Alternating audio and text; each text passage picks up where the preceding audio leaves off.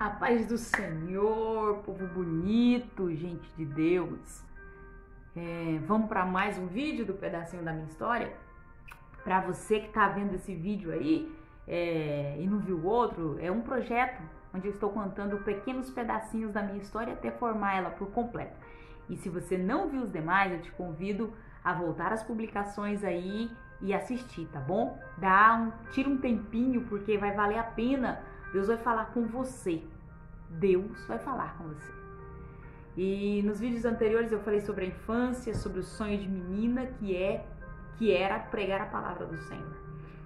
Aquele sonho, ele ardia no meu coração de uma forma que eu não sabia explicar. E até hoje eu não sei explicar para você exatamente como que ardia dentro de mim. E então chega a adolescência, a pré-adolescência, a gente começa a desenvolver as amizades. A escolinha que eu estudava bem próximo da minha casa, na zona rural, já não tem mais classes para mim. Então eu vou ter que estudar na cidade vizinha, na cidade de Faina. E eu começo a ir para Faina pela manhã, eu pego um ônibus, eu saio de casa por volta das 5h30, vou para a beirada da estrada. E lá eu pego um ônibus. E a gente anda média de 12 a 15 quilômetros nesse ônibus até a cidade de Faina, estuda, volta, chega em casa por volta das 1 da tarde. Eu almoçava e ia para a roça com meu pai, porque nós éramos 3 irmãs. Era eu, a Kelly, a Mirélia do meio e a Marielle já havia nascido agora nesse momento da história. E então, como não tinha nenhum homem na casa, eu assumi a responsabilidade de ser o menino do papai, nesse quesito de ajuda, nesse quesito de braço. Então eu ia para a roça com ele, porque meu pai trabalhava pela manhã na escolinha, mas a renda não era suficiente, então a gente precisava de uma renda extra. Então plantávamos maracujá, plantamos pimenta, e eu pegava muito peso. Isso para mim não era problema, nunca foi problema. Então, desde muito nova eu tive muitas responsabilidades. Sair para estudar, voltar, trabalhar. E ao final da tarde eu saía para jogar futebol, porque era a paixão da minha vida. E eu saía para jogar futebol com a turma de rapazes, porque não tinha nenhuma menina que jogava lá. Então eu ia com a turma de meninos e a gente ia para um barrancão lá, à beirada da estrada, jogar futebol. E assim estava sendo a minha pré-adolescência, entrando para a adolescência. Quando eu vou entrar para a adolescência, a gente vai começar a conhecer o outro lado da moeda, ou a conhecer as bandejas que o inimigo começa a colocar na frente. E foi a partir daí que eu fui lá, naquele sonho de menina, e engavetei em uma gaveta.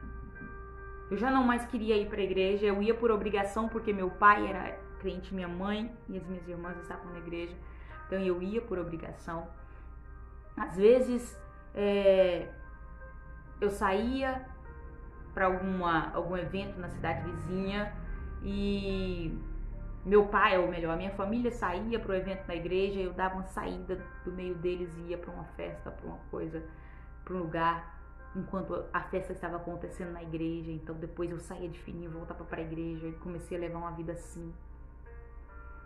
E tinha dias que eu tava lá no meio da festa pra fazer alguma coisa muito errada e começava a fazer, sabe? E de repente eu parava e falava assim, mas poxa, que raiva!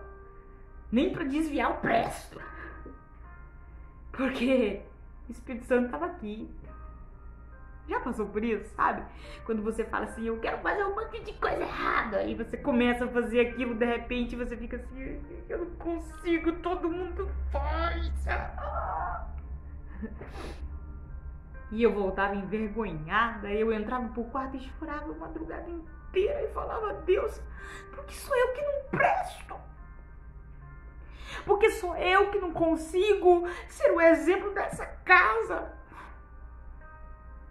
E eu falava, Deus, eu vou prestar. Aí eu ia até o meu pastor, que na época era o pastor Mauro, que eu tenho por essa família. Ele é sogro da minha irmã Mirelle hoje, tenho por essa família um apreço muito grande. E eu ia até ele e eu falava, pastor, eu errei de novo, E ele dizia, calma menina, eu vou falar com seu pai, tá? Eu vou conversar com ele, eu vou contar pra ele a situação e fica tranquila. Daqui a pouco você entra em comunhão de novo e vai dar certo. Ele sempre teve uma palavra que me dizia que eu podia acreditar e eu falava, acho que Deus esqueceu do sonho porque eu fiz tudo errado. Teve um dia que meu pai saiu da igreja e foi me buscar. E quando ele estava me buscando numa festa, ele me encontrou lá na festa, na situação que ele não queria me ver. Ele me buscou lá, me levou para casa e ele não dizia nada, ele não batia em mim, ele simplesmente se calou por quase 30 dias. E eu ia pra roça com ele, passava na frente dele e tentava ver se pelo menos ele pegava um cinto e batia em mim. Ele ficava calado e aquele silêncio dizia pra mim, o que foi que eu fiz? Sabe, pra você que tá me ouvindo e tá achando que o sonho já não mais vai existir porque você não vale nada, porque você não firma, porque você não tem estrutura, porque toda vez que você se levanta, você cai. Eu vim aqui para dizer para você, continua se levantando. Não aceite o chão como opção de vida, continua se levantando. Uma hora você fica de pé.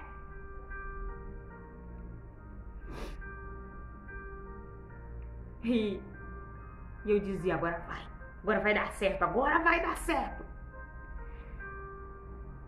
Então o meu pastor me colocava em comunhão com a igreja e eu, emocionada, eu ia para a igreja e 1 mês, 2 meses depois, lá estava eu na casa da minha avó, a casa da minha avó muito próxima à casa pastoral, na zona rural. Até hoje é nesse formato, a casa da minha vovó é questão de metros da casa pastoral. Eu ia para a casa da minha avó passear. Eu me assentava na área dela e ficava olhando para a casa do pastor. E eu olhava para a casa do pastor e eu dizia, poxa, que vergonha, meu. De novo. Mas eu ficava naquela área, levantava, sentava.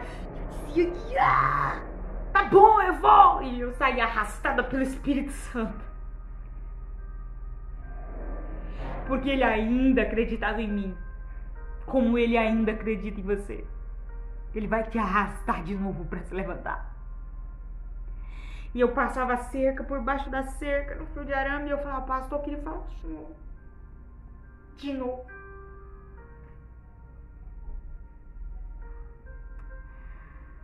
O sonho foi ficando distante.